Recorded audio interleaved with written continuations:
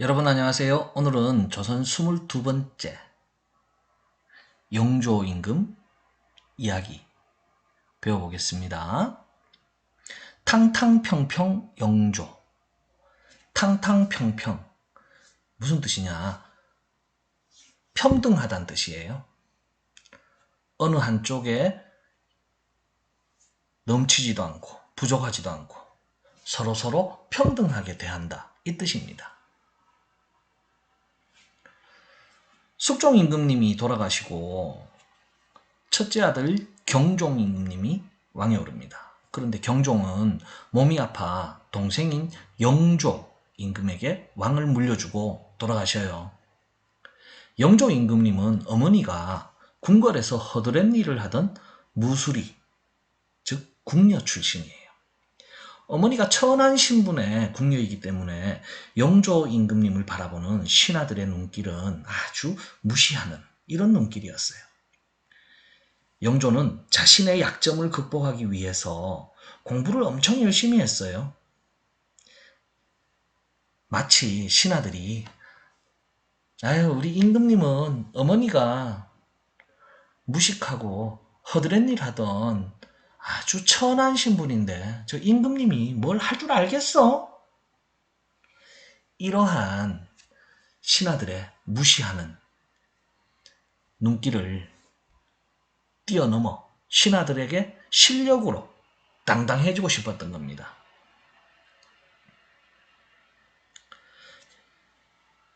영조 임금님은 나이가 40이 넘어서 아들을 얻게 됩니다. 영조의 아들 사도세자는 어려서부터 아버지 영조로부터 사랑을 독차지하고 왕이 될 준비를 착실히 하고 있었어요. 영조 임금님 나이가 40이 넘어서 아들을 하나 맞이했는데 얼마나 아꼈겠어요. 그러나 이 사도세자는 나이가 들수록 글 공부보다 무예와 사냥 같은 것을 더 좋아하게 돼요. 글 공부를 중요시하는 조선의 신하들에게 사도세자는 눈에 가시가 됩니다. 급기야 사도세자가 왕자의 신분에 어긋난 행동을 한다는 소문이 영조 임금님의 귀에 들어갑니다. 이는 사도세자를 싫어하는 서인들이 소문을 부풀린 거예요. 이 일로 사도세자는 아버지 영조에게 아주 엄격한 엄한 벌을 받아 뒤주 속에 갇히게 되고 일주일 만에 돌아가시게 됩니다. 이 사건을 임오화변이라고 해요. 영조 임금님은요, 사도세자가 정말 미워서 죽은 게 아니에요. 사실 서인과 남인이 서로 이 붕당이 서로 싸우니까 붕당의 싸움 속에서 자신의 아들이 죽어간 거예요. 아들을 죽이지 않으면 영조 임금 자신의 왕자리가 흔들리기에 어쩔 수 없이 뒤주 속에 아들을 놓고 죽일 수밖에 없었던 거예요. 자, 이후에 영조는 신하들의 싸움을 하회시키려 탕평책을 실시합니다. 탕평비석도 세웁니다. 신하들이 싸우는 가장 큰 이유는 나랏일의 중요한 자리를 서로 차지하기 위해 싸웠던 거예요. 영조는 나라의 일자리를 서인과 남인들에게 골고루 나누어주는 탕탕평평, 탕평책을 펼쳐 신하들의 싸움을 화해시키게 됩니다. 뿐만 아니라 영조 임금님은 백성들의 세금도 줄여줘요. 조선의 상민들 가운데 남자는 16살에서 60세까지 군대를 가야 했어요. 군대를 안 가는 대신 3배를 세금으로 내는 사람도 있었어요. 군대에 내는 세금을 3배로 낸다 하여 군포, 군대 군자, 3배 포자, 군포라 불렀어요. 군대를 안 가는 사람은 1년에 군포 2필을 세금으로 내면 군대를 가지 않아도 됐어요. 백성들의 살림이 어려워지니 영조 임금은 이 군포의 양을 절반으로 줄여 한 필로 법을 바꾸었습니다. 이를 균역법이라고 해요. 자, 여러분들 삼배라고 하면은 잘 모를 거예요. 삼배가 뭐냐 하면은 여름에 시골에 가면 할아버지 할머니들이 입는 하얀, 그리고 바람이 술술술술술 잘 통하는 이러한 옷감입니다. 옷을 만드는 재료 삼배예요.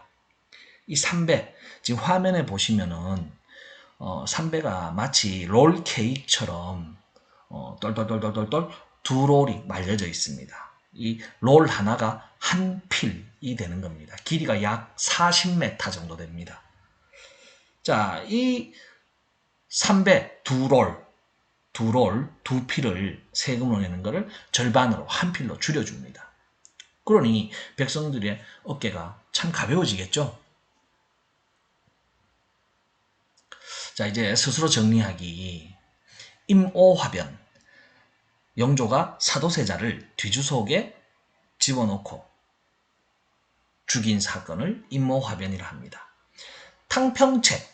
신하들의 일자리를 골고루 나누어 줘서 서로 평등하게 대우한 이 제도를 탕평책이라고 하고요.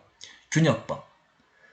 군대에 가지 않는 대신 삼배를 두 필에서 한 필로 줄여주는 제도를 균역법이라 합니다. 자, 그럼 우리 선조 임금부터 영조 임금까지 신하들이 서인과 동인으로 나뉘어서 싸우는 이런 내용이 계속 나왔습니다. 그거 한번 정리해 볼게요.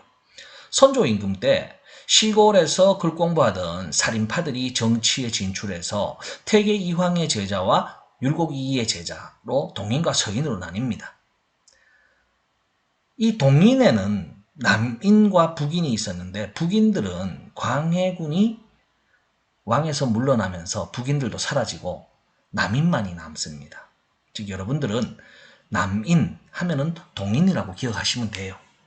자, 현종 때는 서인과 남인들이 예절에 관한 다툼으로 예송이 일어납니다.